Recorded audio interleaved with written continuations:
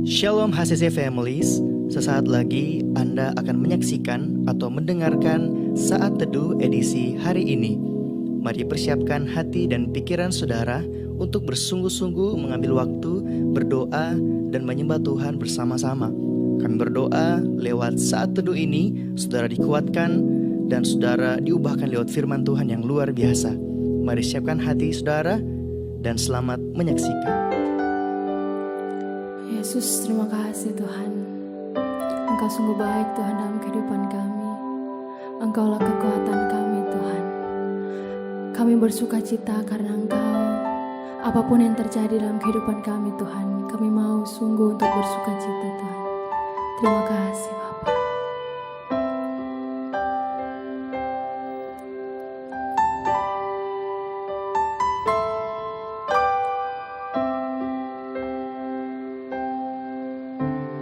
Yesus, sukacitaku,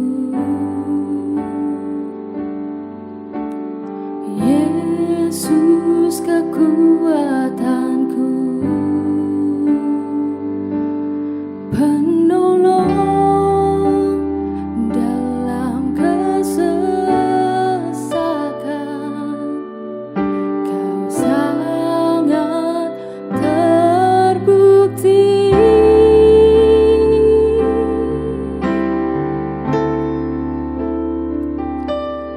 Hatiku bersuka memuji nama-Mu, jiwaku bermegah.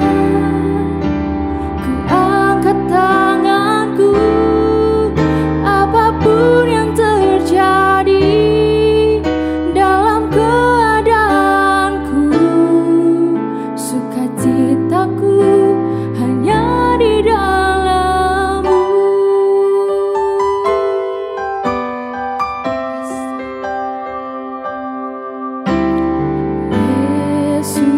sukacitaku, Yesus, kekuatanku, penolong dalam kesesakan. Kau sangat terbukti.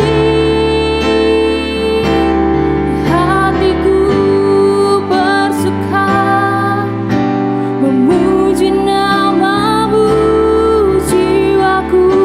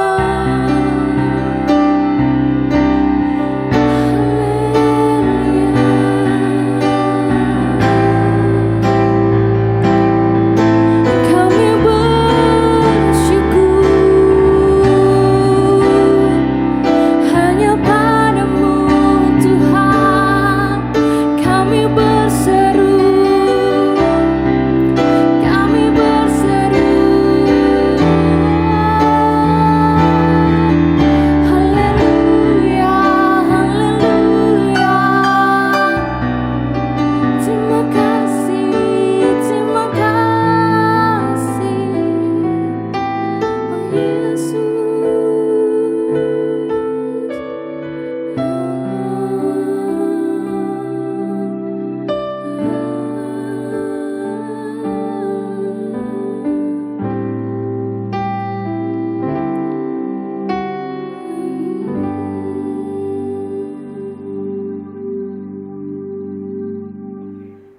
saudara-saudara yang dikasihi oleh Tuhan. Pada pagi hari ini kita akan mendengarkan kebenaran firman Tuhan. Tapi sebelum itu mari saudara-saudara, saya ajak saudara-saudara untuk kita kembali, kita tundukkan kepala kita minta pertolongan Tuhan dalam doa. Bapa di surga, kami mengucap syukur untuk kesempatan pagi hari ini. Kami sudah memuji, memuliakan nama-Mu lewat pujian-pujian yang kami boleh nyatakan pada pagi hari ini Bapa. Saat ini kami mau mendengarkan kebenaran firman Tuhan yang kami percaya akan memotivasi hidup kami di hari-hari ini Tuhan Yesus. Terima kasih Bapa di surga, Engkau berkati kami yang mendengarkan, bahkan hamba-Mu yang akan menyampaikan. Tuhan nyatakan kuasa-Mu melalui perkataan ini, melalui firman ini. Tuhan, kami boleh sungguh-sungguh boleh diberkati. Dalam nama Yesus kami berucap syukur. Haleluya. Amin. Bapak Ibu saudara-saudara yang dikasihi oleh Tuhan, kita sampai di pasal yang ke-37. Ayub yang ke-37. Hari ini kita belajar tentang Ayub yang ke-37. Saudara, pada pasal yang ke-37 ini adalah lanjutan dari pasal-pasal sebelumnya, yaitu pasal 35, 36, dan 37, 38, dan beberapa ayat.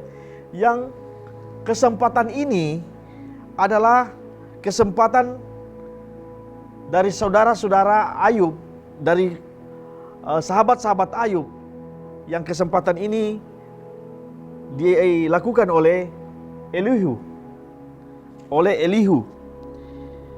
Nah saudaraku yang dikasih Tuhan, kita bisa melihat dalam ayat ini dimulai dari ayat dengan kata sungguh. Oleh karena itu hatiku berdebar-debar dan melonjak dari tempatnya. Dengarlah genggam gempita suaranya, guru dan yang keluar dari dalam mulutnya. Nah saudaraku yang dikasih oleh Tuhan, pasal yang ke-37 ini dimulai dengan perkataan Elihu tentang fenomena alam yang terjadi sebagai suara Tuhan. Dia beranggapan bahwa ini adalah teguran Tuhan bagi seorang yang namanya Ayub. Mungkin Ayub telah melakukan kesalahan, mungkin Ayub telah melakukan dosa di hadapan Tuhan, sehingga Tuhan perlu berbicara langsung melalui guru, melalui kilat, melalui gelombang atau angin yang begitu kencang. Nah saudaraku yang dikasih oleh Tuhan, kita lihat Elihu adalah salah satu daripada sahabat Ayub. Elihu dalam bahasa Ibrani mengandung arti bahwa Allahku ialah dia. Itu artinya nama Elihu ini adalah sesuatu yang luar biasa, karena Elihu adalah seorang yang memiliki karakter yang mengakui keperkasaan Allah. Dia mengakui bahwa Allah itu adalah Allah yang luar biasa, Allah yang dahsyat. Sehingga cocok dengan namanya, yaitu Allah, dialah Tuhan. Atau Allahku yang kupercaya, dialah yang menciptakan langit dan bumi. Nah saudara-saudaraku yang dikasih Tuhan, sebagaimana kita ketahui bahwa Ayub mempunyai 4 orang sahabat yang sangat dekat dengan dia. Bahkan di tengah-tengah Ayub mengalami persoalan, di tengah-tengah Ayub mengalami masalah sekalipun, mereka datang untuk memberikan masukan, memberikan pengertian kepada Ayub, bermaksud untuk menolong Ayub keluar dari persoalan yang sedang dihadapi. Dan di sini salah satu daripada keempat teman-teman Ayub, yaitu Elihu, adalah saudaraku saudara Ayub yang paling muda atau teman Ayub yang paling muda. Selain Elifaz, Bildad, dan Sofar. Elihu mempunyai karakter yang begitu penuh dengan hikmat. Ketika saudara-saudaranya, ketika sahabat-sahabatnya dengan beruntun menghakimi Ayub dengan berbagai macam masukan-masukan, nasihat-nasihat yang mengatakan seolah-olah Ayub adalah orang yang berdosa, yang pantas harus bertobat sehingga dia harus keluar dari persoalannya. Karena Tuhan telah menghukum Ayub dengan penyakit, dengan begitu macam kemalangan-kemalangan. Karena Ayub mungkin telah bersalah di hadapan Tuhan. Nah, saat-saat yang ditunggu-tunggu, ketika Elihu menunggu teman-temannya yang lebih tua untuk menyampaikan nasihat-nasihat mereka. Sementara itu Elihu juga ingin menyampaikan sesuatu yang ada dalam pikirannya tentang Ayub. Bagaimana hubungan Ayub yang sesungguhnya, yang seharusnya Ayub lakukan di hadapan Tuhan. Nah, saudaraku yang dikasih Tuhan, Elihu memiliki keyakinan bahwa Tuhan itu yang dia sembah adalah Tuhan yang akan menghakimi setiap orang-orang yang berdosa. Jadi orang-orang yang berdosa pasti dihukum oleh Tuhan. Sehingga Elihu berkata bahwa Ayub mungkin telah melakukan dosa sehingga dia mendapat penghukuman ini.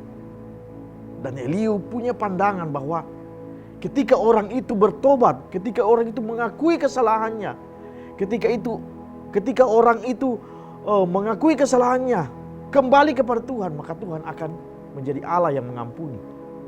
Nah, itu yang dialami, itu yang diinginkan oleh Elihu kepada Ayub.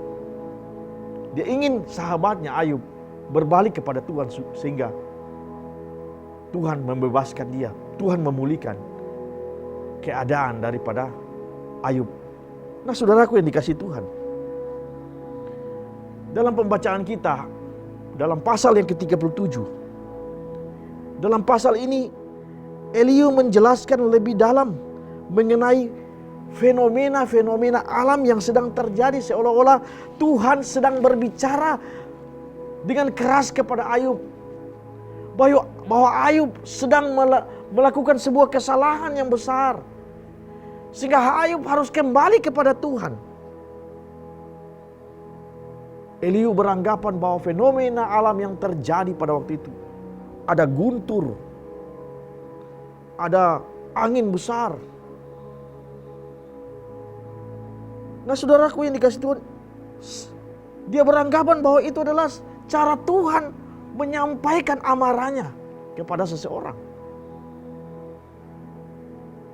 Dan Elihu berpendapat bahwa Ayub telah bersalah kepada Tuhan. Nah, saudaraku yang dikasih Tuhan, dalam pasal yang ke-37 ayat 17 hingga ayat yang ke-18, di sana Elihu menginginkan, menganjurkan, menasihati Ayub, bahkan memerintah Ayub untuk melakukan sesuatu yang tidak mungkin dilakukan oleh Ayub. Karena dia berpandangan, saudara, dia berpikiran bahwa Ayub ini telah melakukan satu kesalahan. Kemungkinan besar Ayub, karena mungkin dia merasa dirinya adalah orang yang sudah melakukan firman Tuhan. Dia orang yang sudah saleh dalam kehidupannya. Dia selalu menguduskan anak-anaknya setiap hari. Sehingga dia merasa bahwa dia sudah sama seperti Tuhan. Sucinya sama seperti Tuhan. Salehnya sama seperti Tuhan. Kehidupannya sama seperti Tuhan. Elihu berpandangan bahwa Ayub mungkin telah melakukan hal seperti itu. Ingin naik ke tahta Tuhan. Ingin menyamai Tuhan yang maha tinggi. Sehingga dia berkata dalam pasal yang ke-17 itu, saudara, dapat kita baca dalam pasal yang ke-17. Hai engkau yang pakaiannya menjadi panas, jika bumi terdiam karena panasnya angin angin selatan? Dapatkah engkau seperti dia menyusun awan menjadi cakrawala keras seperti cermin tuangan? Sesuatu yang tidak mungkin dilakukan oleh Ayub. Dia katakan, dapatkah engkau seperti itu? Dia sudah tahu jawabannya, saudara, bahwa Ayub tidak akan mungkin lakukan itu. Tetapi dia seolah-olah ingin menyampaikan bahwa meskipun Ayub ingin sama seperti Tuhan, mau bermaksud untuk sama seperti Tuhan, dia akan sia-sia. Tetapi kita lihat di sini, saudara, hal yang sesungguhnya. Ayub tidak pernah berpikir seperti itu. Ayub tidak pernah berprasangka seperti itu untuk menyamai Tuhan. Sehingga Ayub berpikir dalam kehidupannya bahwa justru melalui kejadian-kejadian alam, ada guntur, ada guru yang begitu besar bunyinya. Ini mengajarkan Ayub betapa besar kuasa dan kemuliaan Tuhan yang dia sembah. Begitu luar biasanya Allah yang dia sembah. Sehingga melalui kuasa yang dia boleh saksikan itu, Ayub boleh berlindung dalam kuasa Allah. Dia menyadari Allah yang tak terbatas itu, yang tidak bisa ada yang bisa menyamai Allah. Dia menyadari dia punya Allah yang tidak bisa disamai, tidak bisa dijangkau oleh keberdosaan manusia. Allah yang penuh dengan kuasa itu, Allah yang begitu luar biasa dalam kehidupannya, dalam pikirannya, sehingga dia mengetahui bahwa dia sesungguhnya manusia yang terbatas. Dia manusia yang hanya berasal dari segumpal debu yang tidak ada artinya di hadapan Tuhan, sehingga dia boleh berlindung dalam kuasa Tuhan. Nah, saudara, tetapi kita melihat di sini pemikiran-pemikiran daripada Elihu. Dapat kita lihat ada beberapa pelajaran-pelajaran yang sangat penting dalam pasal-pasal yang disampaikan oleh Elihu kepada sahabatnya Ayub. Yaitu pelajaran tentang doa. Bagaimana kita sebagai anak-anak Tuhan, sebagai orang-orang percaya, kita harus tetap menjaga komunikasi kita dengan Tuhan setiap hari. Kita percaya bahwa Tuhan yang Maha Kuasa adalah Allah yang harus kita dekati dengan cara punya hubungan dengan Dia. Yang kedua, mengajarkan tentang keadilan. Bahwa Allah yang kita sembah, Allah yang Maha Kuasa itu adalah Allah yang adil, yang tidak segan-segan menghukum setiap manusia yang berdosa. Tetapi di samping itu dia juga Allah yang penuh dengan kasih. Memang manusia harus dihukum karena dosanya, tetapi karena kasihnya, Yohanes 3 ayat 16 berkata bahwa karena begitu besar kasih Allah akan dunia ini, sehingga dia Allah yang mengaruniakan anaknya yang tunggal, supaya barang siapa yang percaya kepadanya tidak binasa, melainkan beroleh hidup yang kekal. Memang manusia harus dihukum karena keadilan Allah, bahwa manusia yang berdosa harus dihukum. Tetapi karena kasihnya, dia mengorbankan anaknya, menggantikan kehidupan manusia. Manusia, pribadi manusia yang seharusnya dihukum itu digantikan oleh anak tunggalnya, yaitu Yesus, yang mati di kayu salib untuk menukar kehidupan kita, supaya kita beroleh kehidupan yang kekal, tidak binasa. Nah, saudaraku yang dikasihi Tuhan, ada juga pesan di sini tentang pesan moral, ada juga tentang pesan hikmat dan penderitaan. Kita belajar bagaimana Elihu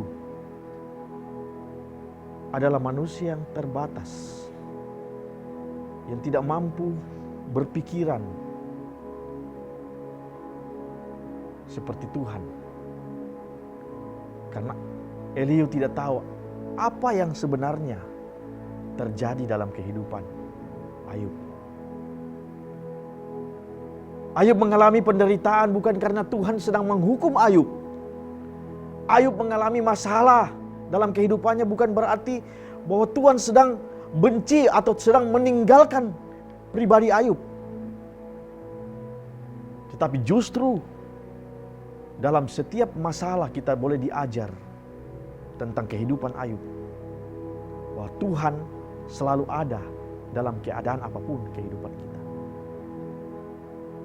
Bahkan Daud berkata, dalam lembah kekelaman sekalipun, Engkau Tuhan yang menyertai aku.